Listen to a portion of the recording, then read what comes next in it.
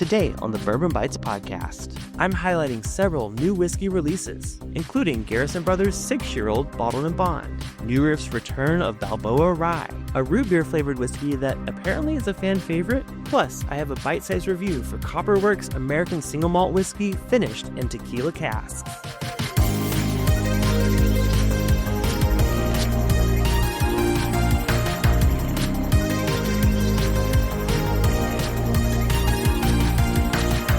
Hello, everyone, and welcome to the Bourbon Bytes podcast. I'm your host, Clifton, and this is the week of Thursday, February 5th, 2026. Yes, this is your 1-week reminder that Valentine's Day is next weekend, so if you don't have your plans figured out, go ahead and get on that. That's also a message for myself because I don't tend to plan that much ahead. Usually for Valentine's Day, we typically just go out to eat a really nice meal at a place we haven't tried.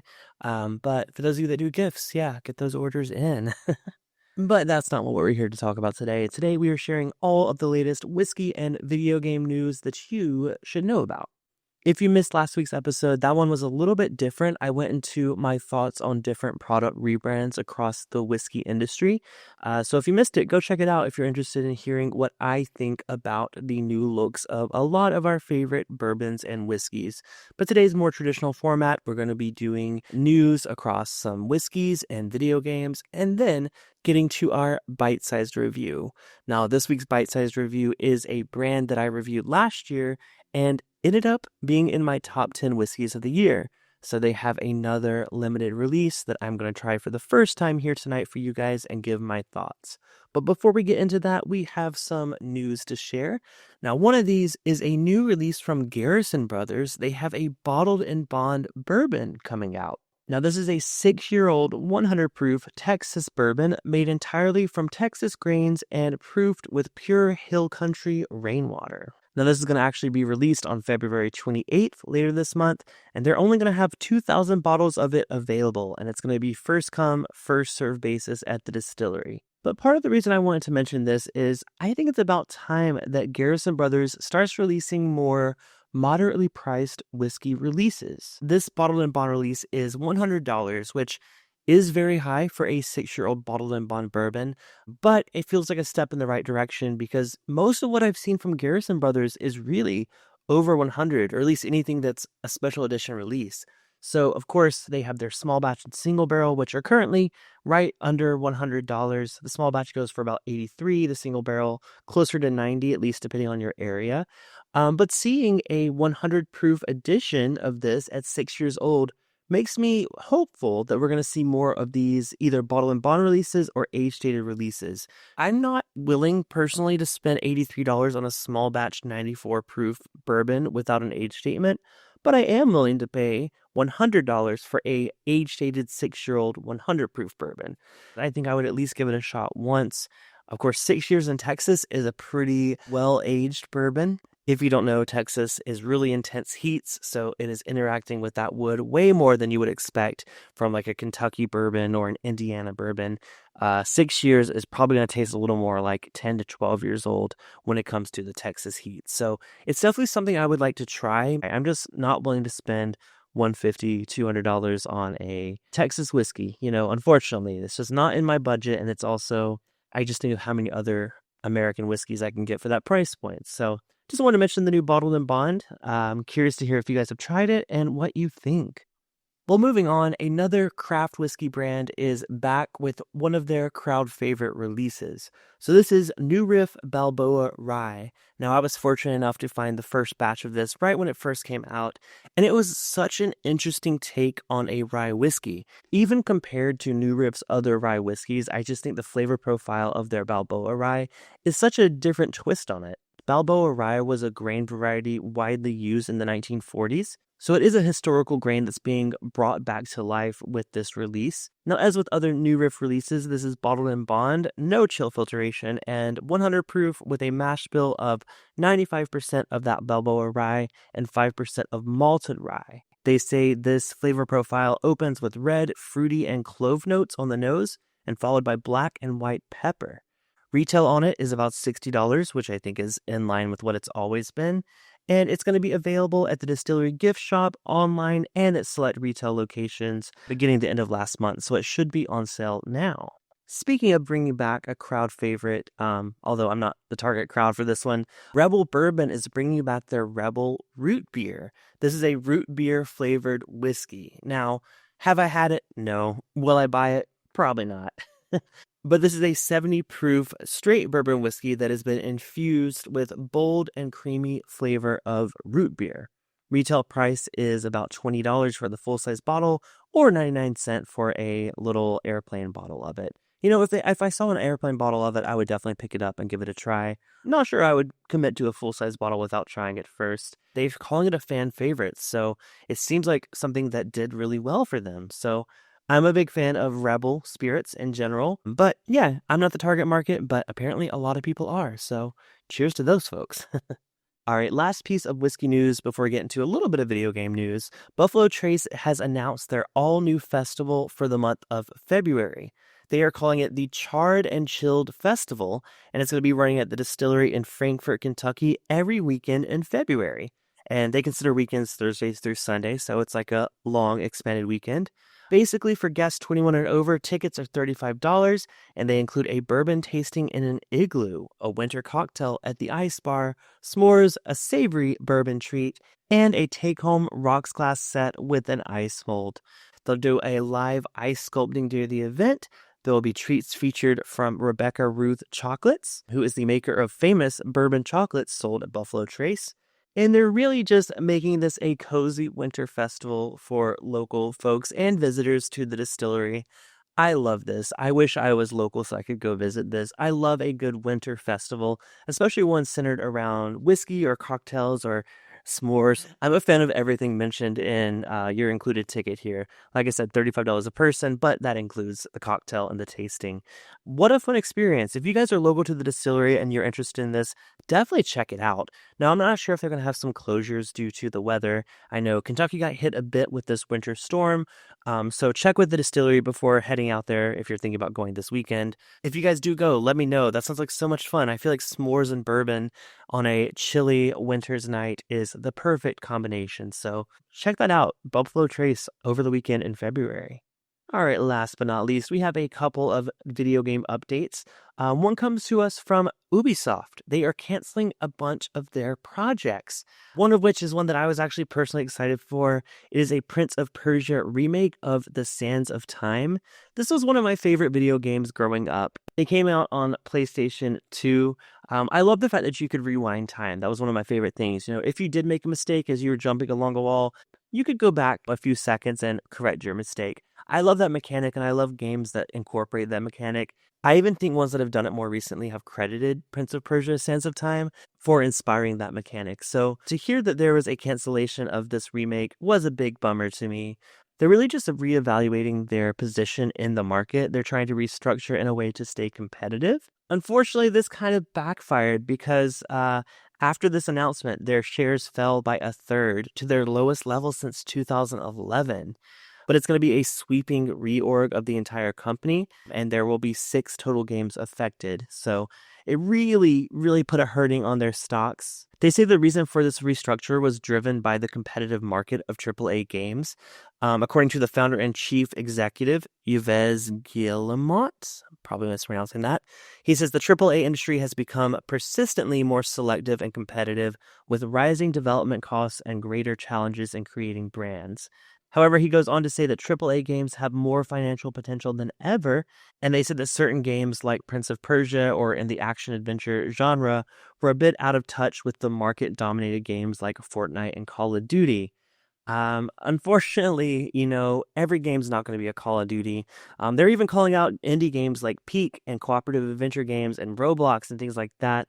They just feel like that games like Prince of Persia are a step backwards versus a step forward, and I don't agree with that. I love a good adventure single player game. Maybe it's just I'm the older audience and I am reminiscent of games like that being through most of my childhood. Maybe kids these days are only interested in multiplayer games, whether it's like a Call of Duty or a Roblox or Fortnite. Maybe the market's changing. I'm not one to give an overall opinion on the market. I just like what I like. But as someone that was such a huge fan of these franchises, seeing them step back and being like, well, we could just make more games like Call of Duty and Fortnite. I don't know. It just feels like a step in the wrong direction. And apparently their shareholders felt the same way because they dropped by a third of their stock. So apparently I'm not the only one that feels this way. Now, last but not least, this is a game that I don't really have much experience with, but I know everyone's excited for. Microsoft has revealed the new Fable game for Xbox, PC, and PS5. It is a tribute to the classic Xbox action RPG franchise that defined the early years of the brand. This has been created by Playground Games, and they actually expanded their team to a second team to undertake a title this big. Now, the good news about this company is they are known for their massive open worlds. So the idea is this new Fable game will have a huge, seamless open world that will allow players to travel anywhere from the get-go. Now, there's a gameplay teaser available on the Xbox YouTube channel that features some of the design elements as well as some of the play styles throughout the game as well. As someone that's never played the original, it's, again, not necessarily something that I'm excited for. But if you are, let me know. Maybe I'll join you in playing it. I just don't have experience with the original franchise, so have no idea how this is. All right, well, that was quite a lot of news, but it's time to get into our bite-sized review.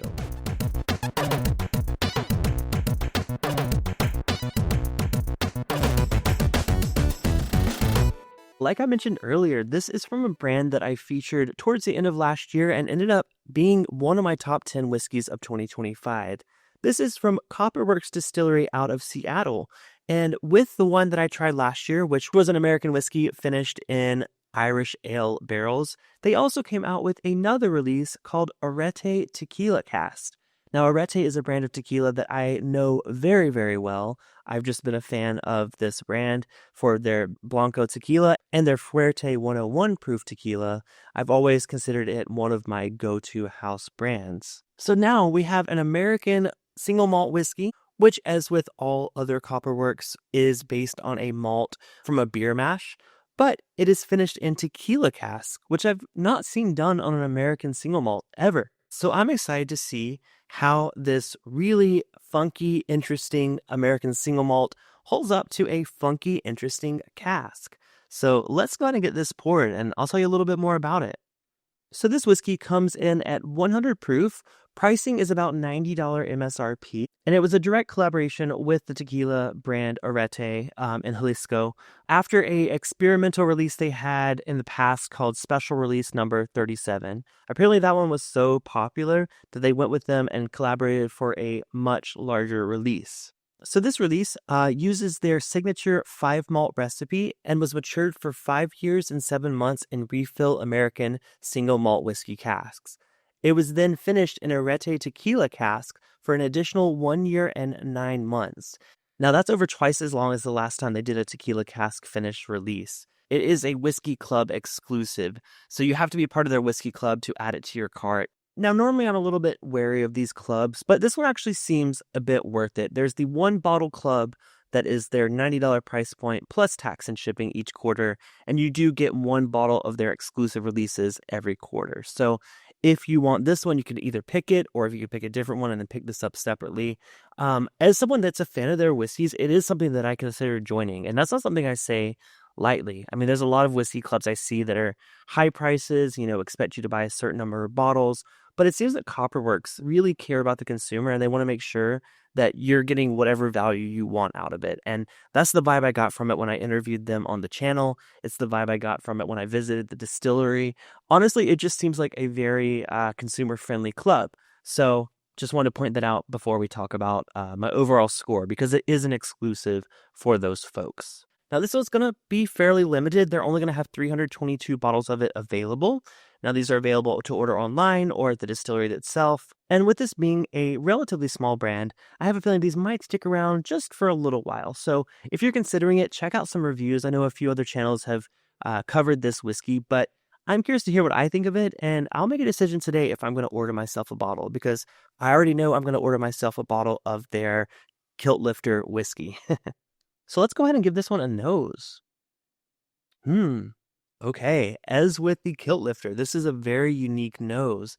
Very unlike other American single malts, this has a like chocolate cereal note. Not just the typical cereal grain note you get from an American single malt, but really like a chocolate cocoa pebbles kind of note. There's a little bit of maltiness there, but that rich cocoa note and sweetness are really dominant on the nose. All right, well, without further ado, let's go ahead and give this a taste. By the way, I've let this sit out for this glass for about 15 minutes, so hopefully you get the full experience with it with this first impression. Cheers. Oh, wow. Quite a bit different on the palate than the nose. Goes less chocolatey, but a little more fruit, like red fruit. Honestly, what this tastes like is a strawberry, but not like a sweet, juicy, fresh strawberry, but more of like a freeze-dried strawberry that you would get in like a Special K cereal or even a strawberry refresher at Starbucks. It has that bit of tartness that comes with like a freeze-dried strawberry.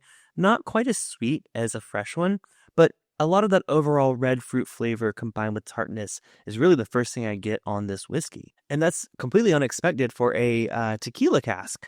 Honestly, I was looking a bit for a black pepper note, maybe a little bit of the sweeter agave note. I do get a little bit of agave, but it's a little bit on the back burner. There's not as much tequila influence, at least in terms of what I expect from a tequila cask. Like I said, I'm a big fan of Arette tequila. I've not had their añejo, so I'm not sure exactly how it tastes after being aged for a longer period of time. I'm more familiar with their blanco and reposado, but if this is anywhere close to how their añejo tequila tastes, I'm going to seek out a bottle because that tastes good. Now, that being said, there is a lot of malt whiskey backbone here. Honestly, this reminds me a little bit of a shortbread cookie that I get on a Irish whiskey. It's kind of in that realm of body and character. It has like a bit of like a sugar cookie note, maybe a little bit overdone in the oven, a little bit of burnt edges on it, but really nice flavor overall. Not as crazy surprising as their kilt lifter was. To me, that was a whole different world of flavor that was unlike anything I'd tried before. This is a little bit more in the realm of what I expect, but that doesn't make it any less delicious. What always surprises me about Copperworks is the grains and the mash that they're using from that beer mash that they're creating this whiskey from is always top notch. Now, like I said, this is a 5-mash blend. They typically are known for their Maltsmith and Farmsmith and Pete Smith products, so this is more their traditional flavor profile of a blend, but that doesn't mean that it's lacking any flavor or character. This just really tastes like a delicious American single malt made with good grains and aged perfectly. I don't think I need this to be much older or, have extra finishing. I think it creates such a unique flavor based on what it's been doing so far that I think this was a good release for them to put out at this moment in time. Now, lastly, finish-wise, it kind of returns that chocolate thing, but it's not a sweet chocolate. It's a little bit of a bitter chocolate, a little bit savory in terms of finish, and it lasts quite a while for a 100 proof whiskey. It's so interesting to see a whiskey go from like a sweet chocolate to a fruitiness to like a bitter chocolate. It almost is like a cake. In the different layers of a cake. It's that kind of experience just on my palate, and I love it for that. That's such a fun journey, and I love when a whiskey tastes on a journey. I always say it. So in terms of rating, I like to consider everything price, availability, proof, flavor, nose, all that stuff. With this being a limited release, it makes it a little bit harder, but I'm going to still give it a rating as if, you and I have a chance to buy it because it is currently available and you can join the club for it today. I think this one is on par with what I really loved about their Kilt Lifter whiskey release from last year. I think this flavor profile is a little less unique, but that doesn't mean that it's bad in any way. This kind of does remind me of some of the Texas rye whiskey I've had, believe it or not, with that chocolate malty kind of note going on. Really approachable and flavorful. I will say I expected the Tequila Cask to have a little bit more of that agave and pepper flavors that I expect from a good Arette tequila. That's missing a little bit, and I think I was looking forward to having those. So that's going to affect the score a little bit. But overall, value, cost, everything considered, for $90, I think the Copperworks Arette Tequila Cask Special Release gets a 7.5 out of 10 for me. Look, it's pricey, I get it, but how often are you going to get an American single malt whiskey with a tequila cask finish? It's just something that I've not seen done before, and not to say it's never been done before, I just personally haven't had a chance to experience that.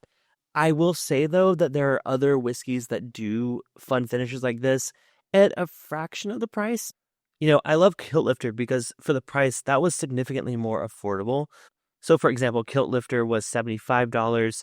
And that had its own unique mash bill. It was a really cool exclusive product and a tribute to the brand and its foundation. Again, I did a whole review of that over on the podcast. This one is, $90, which, $15 more, not too bad. But, with it being an exclusive, with it being a mix of all their malts, to me, it feels a bit overpriced for what it is.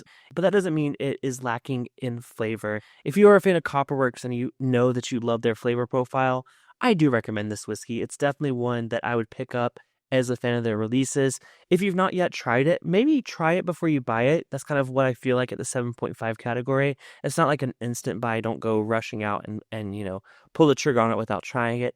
Figure out if you like their flavor profile, and if you do, then I think you're going to appreciate this, especially if you like those chocolatey, fruity, malty flavors. So yeah, well done to the folks at Copperworks. I'm glad to try this. I'm actually going to consider joining their membership program. Like I said, it's not something I've ever done for a brand before, but knowing that I'm a big fan of their whiskeys and with them being a West Coast distillery, I want to show them love in any way possible. So I'll let you guys know over on Discord if I do that, and I'll give you the details of what I think about that membership. If not, I might just buy a bottle of their Kilt Lifter and call it a day, because to me, that was an exceptional whiskey. This is a great one. Of the two, I definitely prefer the Kilt Lifter.